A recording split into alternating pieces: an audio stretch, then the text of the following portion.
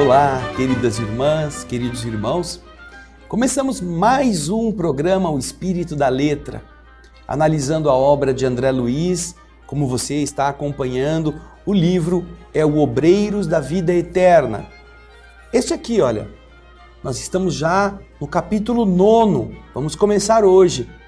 E eu tenho certeza que estamos aprendendo muitas coisas. Quando lemos com mais calma, com mais tranquilidade, nós temos tempo para meditar e descobrir, como se fosse um trabalho de garimpo.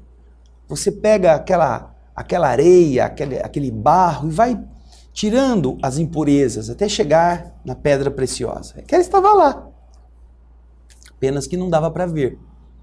E é isso que nós estamos fazendo. Então, procure o seu livro, você poderá comprar um ou poderá copiá-lo na internet e acompanhe a nossa leitura. Este programa, o capítulo 9, nós vamos ter que dividi-lo também em duas partes. Hoje vamos fazer a primeira e no próximo programa vamos terminá-lo. Mas isto não impede que nós aprendamos muitas coisas. Vamos então ao capítulo que se chama Louvor e Gratidão.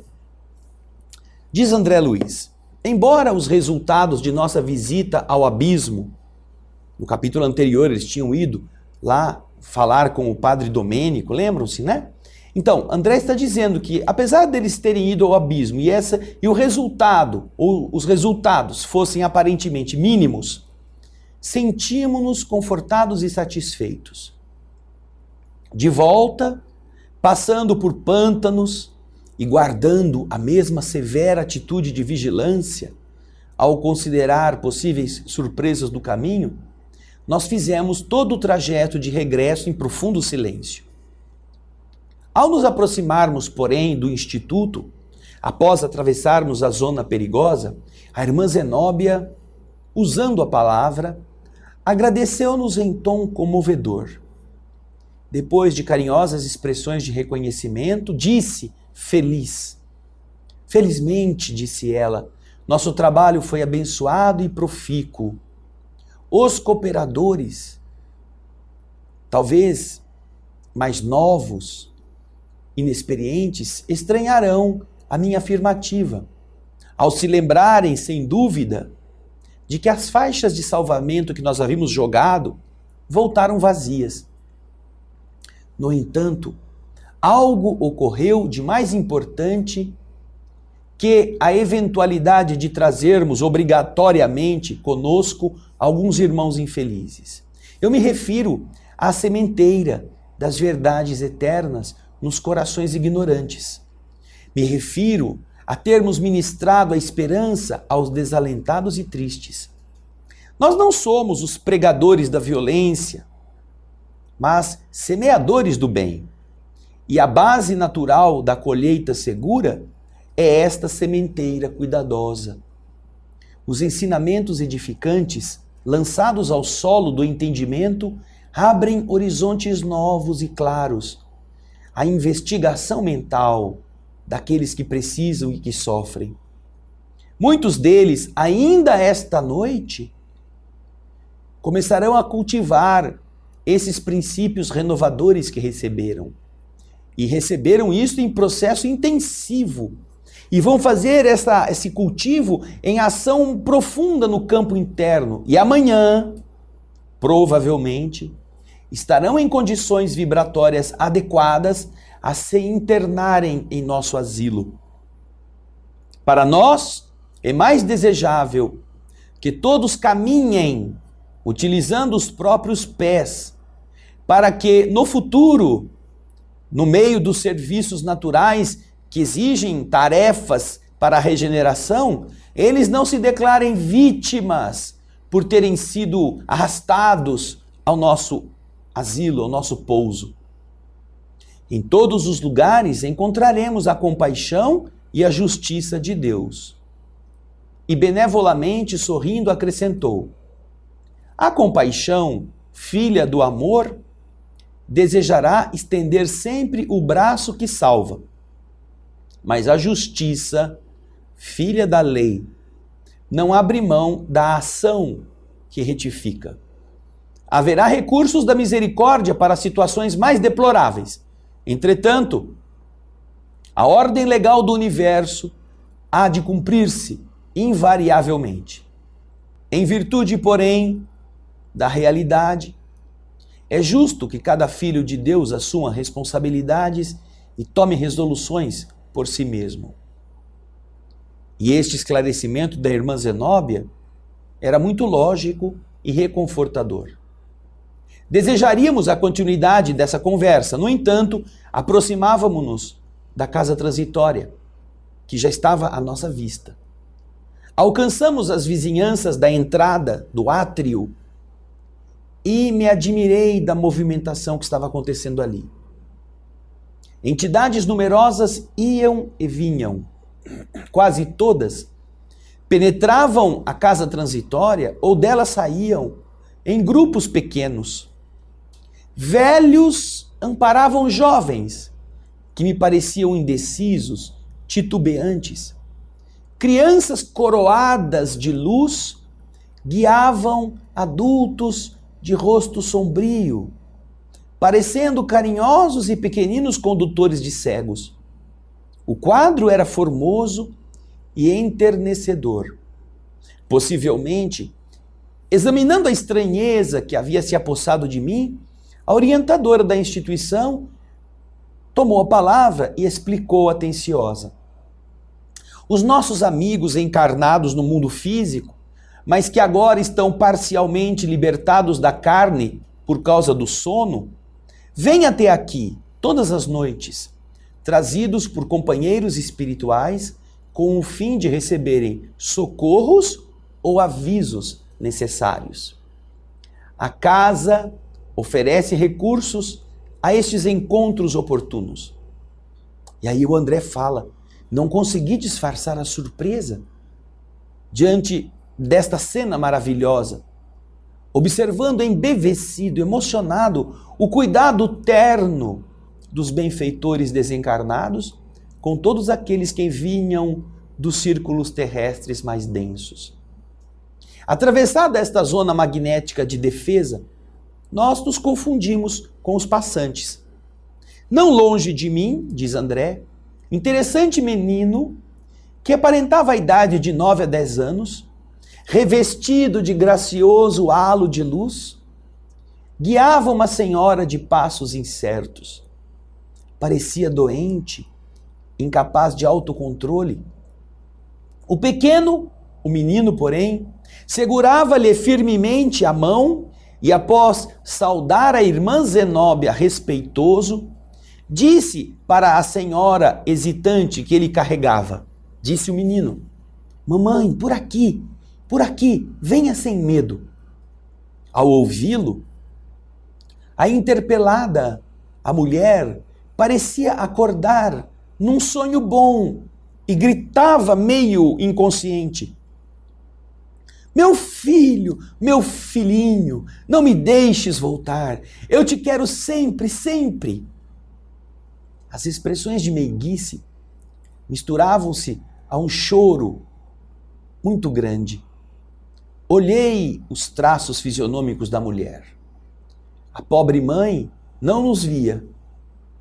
Seguia acanhada e insegura de si. Seus olhos, que vertiam grossas lágrimas, permaneciam presos na contemplação da criança, revelando a suprema ternura de mãe exausta de saudade, a reencontrar o objeto de seu amor, que parecera perdido para sempre. E o menininho dizia, mamãe, caminhe, não desfaleça, dizia o rapaz, exultado de felicidade. Já vou, meu filho, eu te seguirei, leva-me contigo, repetia a palavra da mãe, afogada em sublime emoção. Ah, pensamos que perdemos os entes queridos, não é mesmo?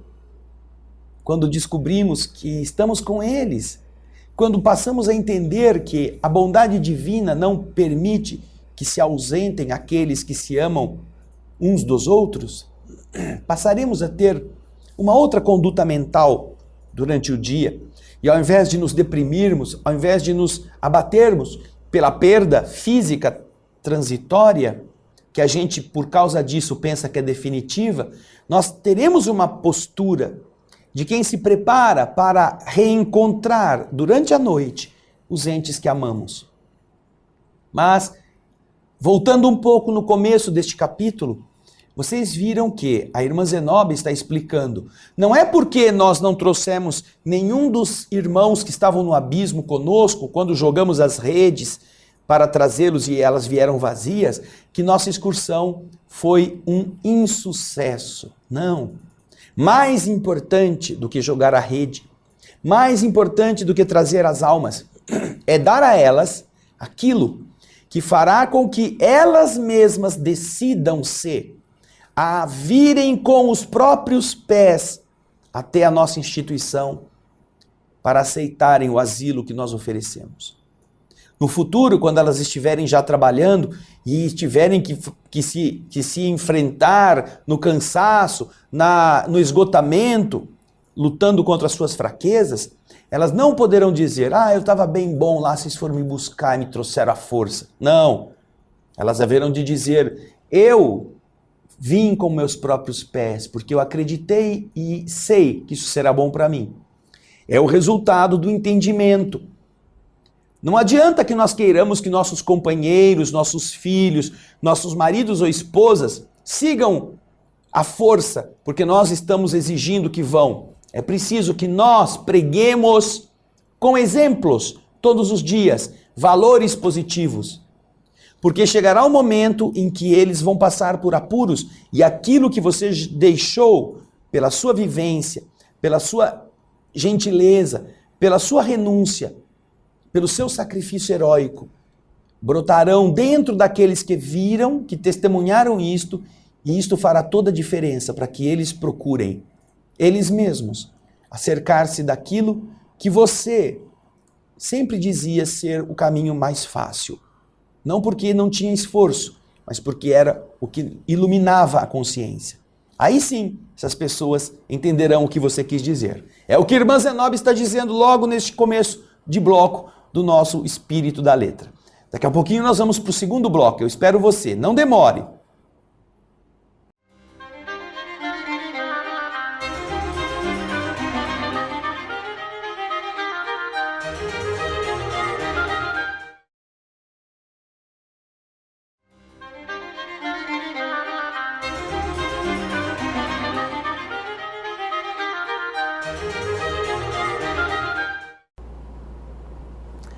Estamos de volta com o estudo do capítulo 9 do livro Obreiros da Vida Eterna, cujo título é Louvor e Gratidão.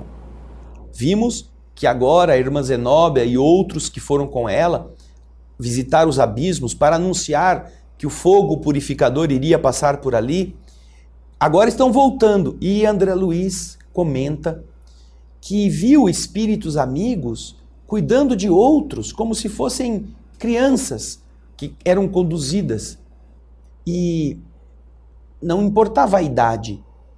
Uns que tinham a aparência de velhos ajudavam jovens, outros que tinham a aparência de meninos cuidavam de adultos, como se os adultos fossem as crianças. Então, André comenta o caso do garoto que dá à mãezinha orientações para que ela siga os seus passos, para que ela se deixe conduzir. E André Luiz fica surpreso. E agora, na continuação, ele diz, acompanhe o texto, nós vamos continuar a leitura. Meus companheiros, talvez habituados desde há muito tempo a esse espetáculo, conversavam descuidados entre si. Todavia, eu, de olhos umedecidos, emocionado, segui a criança carinhosa que amparava sua mãe, até que desapareceram através de uma das portas laterais. Não contive a surpresa que me dominava. Tocando o braço do padre Hipólito, perguntei a ele, meu amigo, qual a finalidade que estaria aqui levando essa senhora e o menininho? Aí o padre fez um significativo gesto de espanto e observou, não os vi. Então, diz André, eu lhe contei do quadro que tanto me enternecera, bordando meus informes de considerações afetivas. O padre Hipólito sorriu, compassivo, compreensivo, e disse: ora, André, são tantas mães e tantas crianças que transitam por aqui. Certamente o filhinho, como tantos outros, conduz a genitora a alguns gabinetes de auxílio. Ele está ajudando a mãe.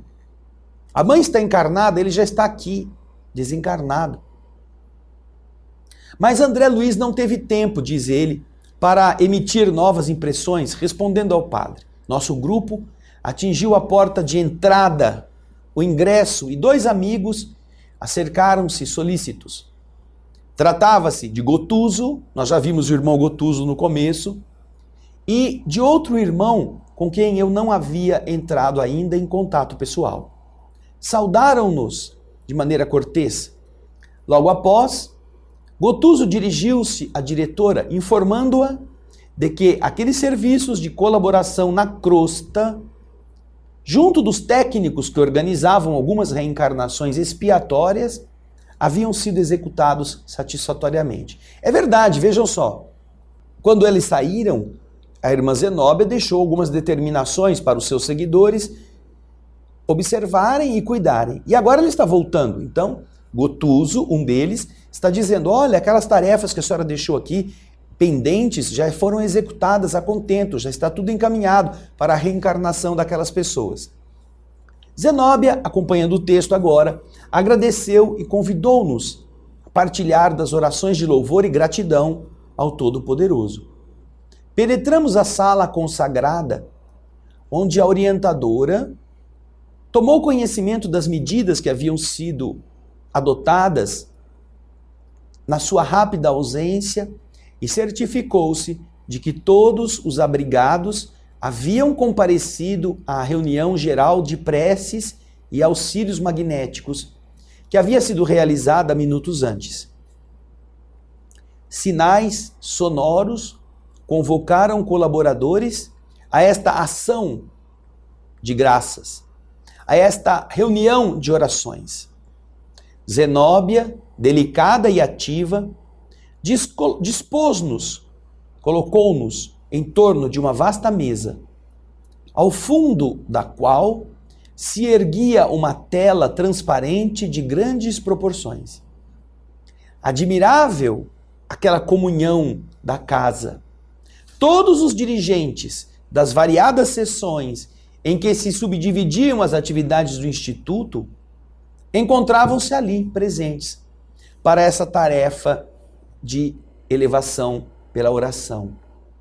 A diretora informou-nos, muito delicada, de que todas as noites se verificavam trabalhos de oração para os asilados e para o pessoal administrativo, salientando que, nestes últimos, se reunia em pessoa com todos os subchefes da organização que não se encontrassem inibidos, que não se encontrassem com problemas por motivos de serviço. Todos os outros compareciam. Ali então, diz André, estávamos em 35 criaturas, presas ao doce magnetismo daquela mulher que tão bem sabia desempenhar a excelsa missão educativa. À cabeceira do grande móvel daquela mesa, cercado pelas poltronas confortáveis que nós ocupávamos em 2 filas, sentou-se Zenóbia, radiante, mantendo-se de frente para a tela constituída de tecido diáfano, semelhando a uma tenuíssima gaze. 35 mentes interessadas na aquisição de luz divina uniam-se à mente dela para as vibrações de reconhecimento e de paz. Gotuso, que estava próximo de mim, entregou-se à profunda meditação. Solicitando-nos acompanhar as suas palavras com o pensamento, a instrutora iniciou a oração comovente e sublime. Nós achamos que a prece, que a oração, é uma coisa que fazemos de vez em quando, né? Um dia na semana, um horário na reunião do dia, um horário na religião que você frequenta.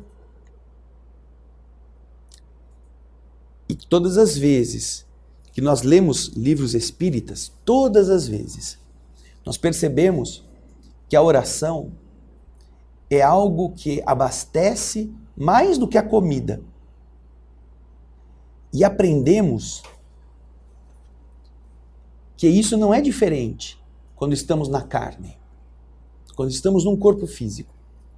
Nós damos muita preocupação ao que vamos pôr na panela, ao tempero, ao valor nutritivo, porque o corpo precisa. Mas esquecemos que a alma, que é mais durável do que o corpo, também precisa se alimentar. E este alimento não pode ser o bife nem a batata. Este alimento é uma outra coisa que nós conseguimos através da elevação de sentimentos, de pensamentos. É claro que não é só a oração que nos facilita isto. A gentileza, o carinho, o afeto compartilhado abastece as pessoas quando elas trocam isto. Uma pessoa é alimento e a outra pessoa também é alimento. E aí existem as chamadas sintonias. Só que são pessoas que se alimentam vibratoriamente, trocando energias.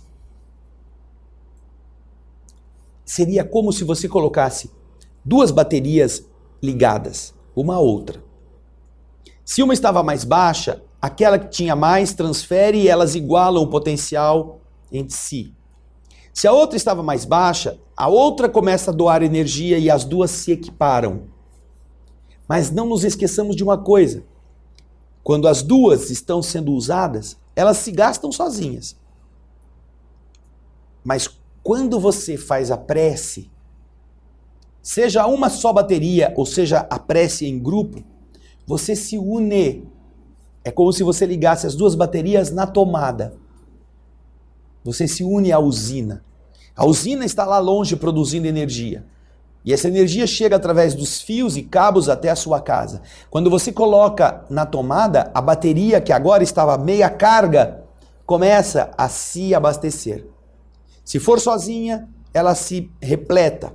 Se elas estiverem duas, as duas se abastecem. E isso é muito importante para que nós lembremos por que os espíritos oram. Não é porque eles são fanáticos.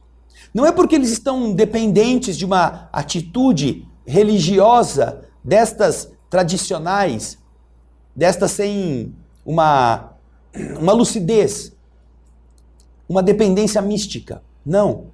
É porque através da prece, como espíritos e como almas encarnadas, você se liga na tomada, na usina divina. Deus é a usina. Só que ele não precisa de cabos, não precisa de fios. Essa energia pulsa à nossa volta.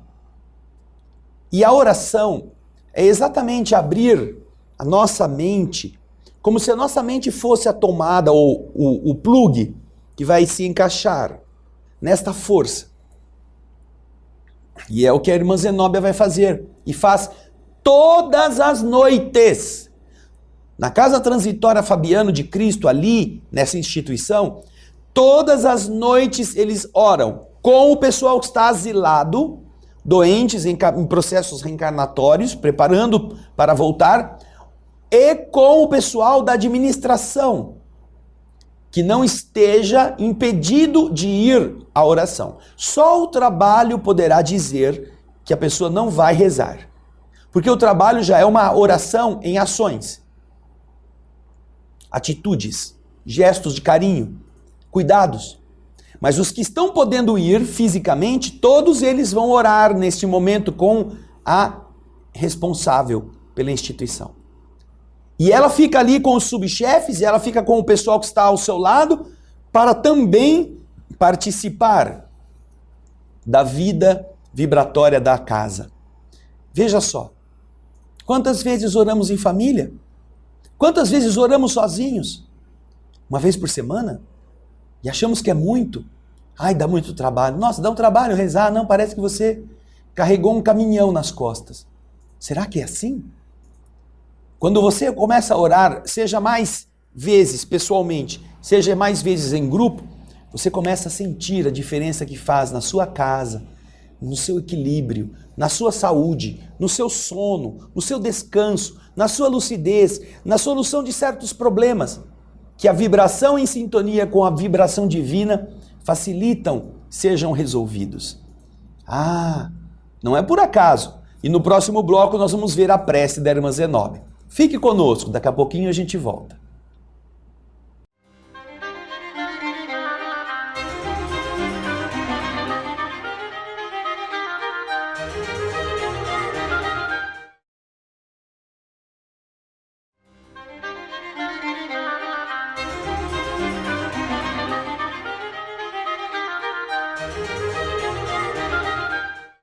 Estamos de volta com o estudo do capítulo 9 do livro Obreiros da Vida Eterna, cujo título é Louvor e Gratidão. E agora nós vamos sentir isto, porque esse é um instante de louvor e de gratidão que a irmã Zenóbia, junto com todos os que trabalham e estão asilados ali, fazem diariamente para se sentirem vinculados uns aos outros, abastecidos uns pelos outros e ligados à usina divina. Agora vamos ver então como é que a irmã Zenóbia se dirige naquele momento, fazendo com que as suas palavras, pulsando através dela e da mente de todos os outros, facilite este intercâmbio. Vamos então à parte em que a irmã Zenóbia começa a orar. Ela diz assim: Senhor da vida, nossos corações, transbordantes de júbilo, te agradecem as bênçãos de cada dia. Permite que nos reunamos em teu nome, nesta noite bendita de felicidade e esperança, para manifestar-te nossa gratidão imperecível. Não te rogamos, Senhor, vantagens e benefícios para nós, ricos que somos da tua luz e misericórdia, mas suplicamos ao teu coração augusto que nos sejam concedidos os dons do equilíbrio e da equidade, para que saibamos distribuir nossa divina herança e não dissipemos em vão a glória de tuas dádivas. Fortifica-nos a noção de harmonia, para sermos cooperadores leais dos teus santos desígnios. Ergue-nos do abismo do passado, por tua bondade vigilante.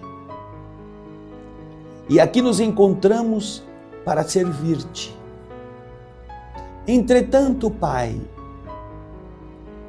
envergados ao peso das inclinações humanas, por nós cultivadas com desvarios emotivos, com as loucuras da emoção durante milênios, não podemos abrir mão da tua disciplina e de tua força paternal. Dá-nos o clima sadio da libertação de nós mesmos. Magnetizados pelas nossas recordações do passado, nem sempre te compreendemos a vontade soberana e criteriosa. Anula em nós o personalismo inferior, para que a consciência do universo nos esclareça o coração. Levanta-nos o raciocínio para mais alto entendimento. Faze-nos vibrar no campo de teus divinos pensamentos. Puseste em nossa boca o verbo construtivo. Encheste-nos a alma de luz e tranquilidade, a fim de colaborarmos em tua obra. Deste-nos, neste pouso de amor fraterno, companheiros dedicados ao bem, e em torno de nossa tarefa pequenina, colocaste a multidão dos aflitos e sofredores. Ó Senhor, como somos felizes pela possibilidade de ministrar em Teu nome consolações e esclarecimentos. Contudo, nós te imploramos inspiração e roteiro, considerando as responsabilidades daqueles que te recebem a mordomia da salvação. Ensina-nos a agir desapaixonadamente. Infunde-nos respeito pela autoridade que nos deste. Ajuda-nos a desprender a mente das criações individuais, para que te sintamos mais de perto no esforço coletivo da elevação comum. E toda vez que nossos atos traduzam interferência indevida do livre-arbítrio na execução das tuas leis, repreende-nos severamente, para que não persistamos no desvio impensado. Somos teus filhos frágeis e confiantes. Todas as tuas resoluções a nosso respeito são excelentes e belas. Concede-nos, pois, bastante visão, de modo a enxergarmos nossa ventura em teus desígnios, sejam quais forem. Servos somos humildes de tua sabedoria gloriosa. Neste celeiro de paz consoladora, recebemos, através de 1000 recursos diferentes, a tua presença indireta, com a qual são atendidos os que choram e padecem. Ó Pai compassivo, que felicidade maior que esta há de espalhar com nosso Senhor Jesus Cristo as tuas bênçãos redentoras e carinhosas. Que escola mais rica, além da que se localiza nesta casa, onde aprendemos jubilosos a exercer o dom sublime de dar? A instrutora interrompeu-se, de voz afogada na emoção com que se dirigia a Deus, e aludindo à realização particular que efetuara naquela noite, prosseguiu depois de longa pausa, comovendo-nos a todos. Dilatando-nos a alegria, estimulando-nos a coragem, santificando-nos a esperança, Tu permites ainda, Senhor, que possamos atender ao coração interessado em lenir e confortar espíritos queridos que se perderam de nossa companhia no curso incessante do tempo. Nova pausa da orientadora. Em seguida, imprimindo suave em tono as palavras que pronunciava, a irmã Zenóbia concluiu: de alma voltada para a tua magnanimidade, endereçamos-te reconhecimento sem termo. Sê louvado por todos os milênios dos milênios. Sê glorificado por todos os seres da criação. Teus servidores nesta casa de edificação te agradecem as oportunidades preciosas de trabalho e esperam a continuidade de tuas bênçãos. Que a tua infinita luz seja refletida em todo o universo infinito. Que assim seja. As últimas sentenças da oração inesquecível foram cunhadas em profunda emoção misturada de júbilo. Aquela prece constituía ato de louvor dos mais formosos que eu escutara até então. Zenóbia estava feliz pela oportunidade de serviço, pela fortuna de contribuir com alguma coisa de útil, pela ventura de repartir o bem. Os minutos de oração elevaram-nos.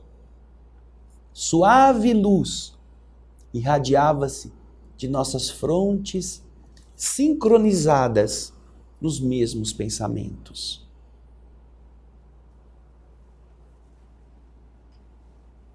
Eu tenho certeza que você que acompanhou a prece, sentindo a oração tocante e se deixando também levar pelo significado desta conversa com Deus, como quem fala com o Pai, como quem se reconhece necessitado, como quem sabe que o que está fazendo ainda é pouco diante do tanto que recebemos. Tenho certeza que se você aproveitou este momento e transformou-o não em assistir mais um capítulo, mas no momento em de você também conversar com Deus, de as palavras da irmã Zenóbia serem também as suas, as nossas, você está diferente. Você sente diferente. Porque também aí onde você está, se você fez isso com esta unção, sobre você começam a cair também flores, luzes, orvalhos que vêm do alto. Basta que você transforme em si mesmo este instante de aprendizado num instante de glorificação. A oração não é repetir palavras, é senti-las, mesmo quando você não as profira. É acompanhar o seu laço de belezas com a origem, sua ligação à fonte. É beber dessa energia, desta água pura. É conversar com aquele que você sabe que é o que mais te ama. Que é o que Zenóbia está fazendo por tudo que pôde ser semeado nos abismos, mas também por aquilo que ela pôde fazer por aquela alma querida, aquele Domênico, que depois de tantos e tantos esforços, acabou tocado pelo amor da prece. Ah, queridas irmãs, queridos irmãos, faça isso mais vezes. Coloque uma música suave, combine com as pessoas, e se não tiver pessoas, faça você sozinho. Porque você, como bateria, precisa se recarregar. E é bom que o faça todos os dias. Não como um ato místico, como um ato rotineiro, não antes de dormir que você está cansado e vai apagar, nem quando você acorda apenas que está levantando com pressa ou atrasado e não tem tempo. Faça todo dia, não tenha hora. Fale com Deus na esquina enquanto está esperando o farol abrir. Pense nas pessoas que você ama e naquelas pessoas que são difíceis para você. Peça que Deus as abençoe, que você esteja ligado à usina 24 horas por dia. Você nunca vai gastar as energias sem tê-las repostas. Pense nisso. No próximo bloco, nós vamos terminar o programa de hoje com o resultado desta oração. Eu aguardo você.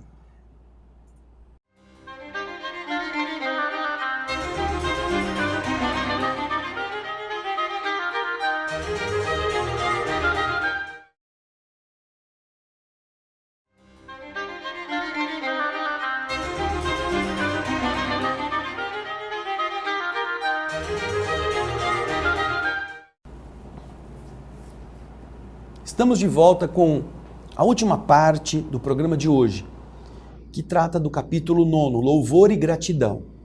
Nós vamos interrompê-lo depois, para que na próxima semana nós terminemos o capítulo, porque o nosso intento não é de ler com pressa, é de desfrutar o espírito que está debaixo da letra. E nós vimos no bloco anterior a importância da oração ser feita com a unção necessária, numa forma sincera, não erudita, mas sincera, falando com os erros que você conseguir falar de português, de expressão, não importa, é seu sentimento que está por trás das palavras. Se não houver sentimento, as orações podem ser muito bonitas, mas elas são ocas. Mas com sentimento, mesmo que as as palavras não estejam no melhor português, Deus sente você. Então agora, vamos acompanhar o que André Luiz nos relata a respeito depois da oração. Vamos lá. Terminada a manifestação gratulatória, aí a palavra gratulatória quer dizer a manifestação da oração, de dar graças, a diretora recomendou-nos que ficássemos em observação e em silêncio. Não se passou muito tempo e a tela, aquela tela de gaze que estava desdobrada diante de nós, como se fora um instrumento de resposta ao esforço de devoção, iluminou-se de repente, expelindo raios de brilho maravilhosamente azul, que se espalhavam sobre aquela diminuta assembleia, como se fossem minúsculas safiras eterizadas. Davam-me a ideia de energias divinas a caírem sobre nós, penetrando-nos o íntimo e revitalizando-nos o ser. Transcorridos alguns minutos, Zenóbia agradeceu, sensibilizada, interpretando o sentimento geral. Nova quietude pairou em torno da sala. Contudo, após longos instantes de expectativa mais intensa, a enfermeira Luciana, lembra da Luciana, aquela moça que ajudou a esclarecer o passado do irmão Domênico naquela excursão dos capítulos anteriores? Então, a enfermeira Luciana, que tinha a capacidade da clarividência, tomou a palavra e dirigiu-se à diretora irmã Zenóbia dizendo: Irmã Zenóbia, neste momento vejo na tela das bênçãos um respeitável ancião cercado de luz verde prateada. Ele lhe estende a destra, abençoando-a, e me recomenda a lhe dizer que trata-se de Bernardino. E contente ao ouvir isto, a instrutora disse: já sei. Ele é mensageiro da Casa Redentora de Fabiano. Porque ali a casa que ela estava era a casa transitória. E ele, o Bernardino, ele era mensageiro da Casa Redentora de Fabiano. Que Jesus o recompense pelo contentamento que nos traz.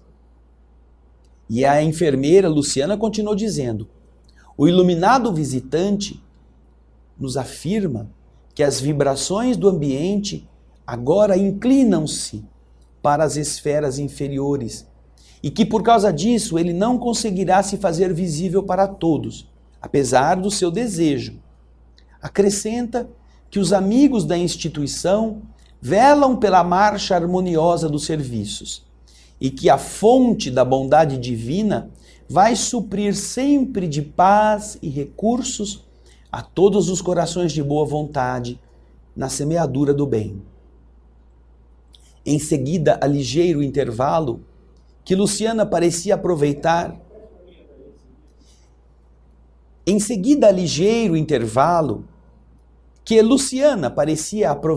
em meticulosa observação, informou comovida: o emissário nos contempla em silêncio e, erguendo os olhos para o alto, pede para nós a luz da compreensão divina.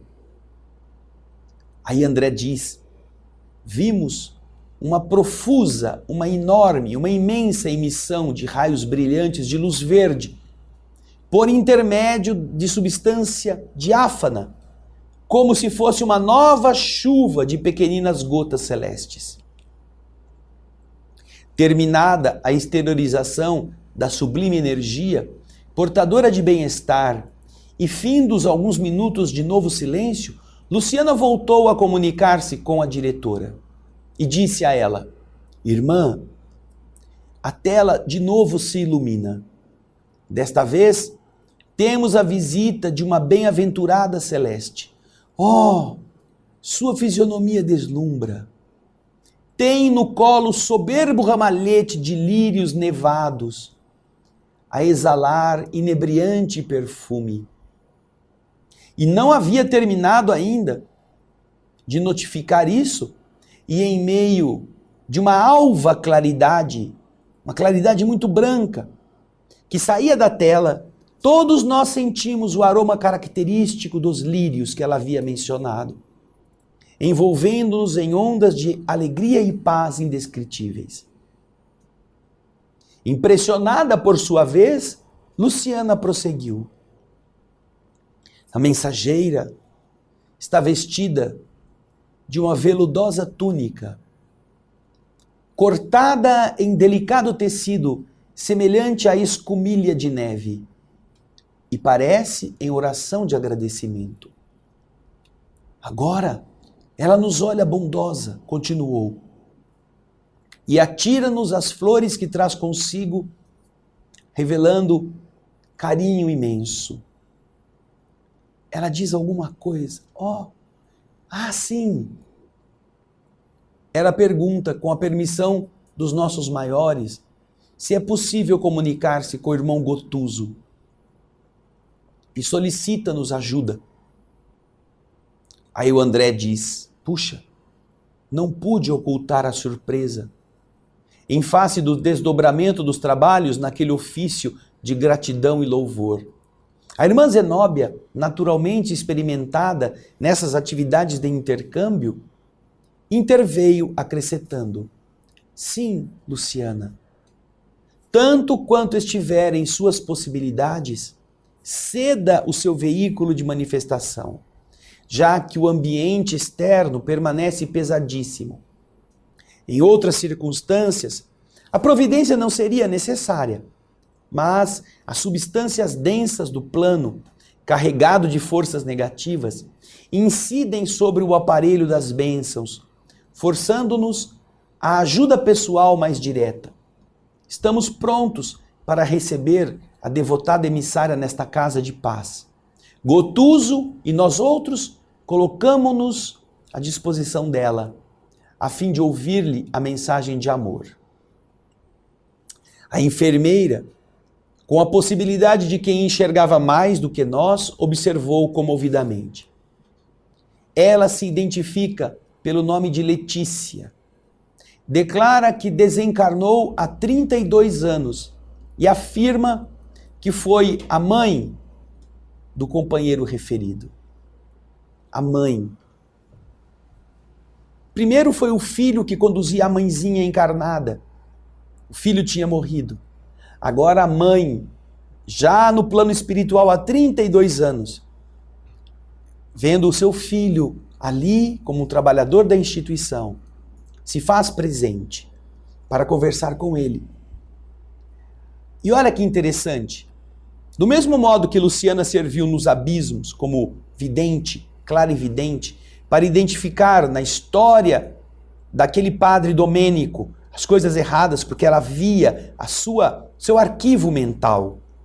Agora, do mesmo modo que ela enxerga, a entidade está pedindo ajuda para poder dirigir-se ao filho. Como nós estamos diante de uma tela onde não há som, pelo que André Luiz está explicando, mas é uma tela que permite que estes efeitos aconteçam, a enfermeira Luciana pode ver na tela a figura da mulher, desta alma enobrecida. Só que para dirigir-se, se não houvesse o ambiente conturbado, e o ambiente conturbado não estamos falando daquela sala, estamos falando do nível vibratório que está ao redor.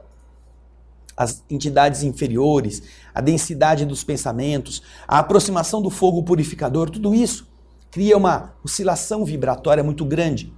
Se não fosse isto, certamente que a entidade poderia sair da tela e encontraria recursos magnéticos na presença de todos que estariam doando seus fluidos para vestir-se com uma roupagem física, mas não há. Então, o que disse a irmã Zenóbia? Você, Luciana, agora permita que ela se aproxime de você e por você fale. É mediunidade. A mesma coisa que acontece na casa espírita, com um corpo físico, quando o encarnado cede a possibilidade para a entidade invisível usar da palavra, agora a enfermeira Luciana, que está no plano espiritual, vai servir de instrumento a um espírito ainda mais elevado que vai precisar manifestar-se através daquele corpo, daquele perispírito. Do mesmo modo como acontece na Terra, com as naturais nuances diferentes, por se estarem em níveis diferentes, em planos diferentes, para falar com o filho, Gotuso. Sua mãe não o esquece, o ama, e agora vai usar da Luciana como aquela forma de tornar audível aos que estão naquela reunião suas palavras. Veja só como o livro é rico em ensinamentos. Mediunidade no plano espiritual, mediunidade em toda parte, intercâmbio, laço, ponte. Você também pode ser isso. Mesmo que não receba espírito, você é médium do bem. Você já pensou que através de você Deus pode salvar uma vida? Deus pode dar um prato de comida? Deus pode levar um remédio ou levar o doente ao hospital? Então, você é médium de Deus. Já esqueceu disto? Não se preocupe tanto em ser médium dos espíritos. Seja médium da bondade, que isso facilita muito as outras mediunidades, como é o caso da Luciana. Ah, mas esse capítulo agora vai ficar mais interessante, só que será no nosso próximo programa. Muito obrigado pela sua audiência. Nós temos tido muita gente assistindo o livro Obreiros da Vida Eterna e descobrindo os outros, Nosso Lar, os Mensageiros, Missionários da Luz. Muito obrigado por você estar atento a isto, porque é uma riqueza que nós queremos compartilhar com todos, não guardar para nós. Esperamos você no próximo programa, O Espírito da Letra. Muita paz.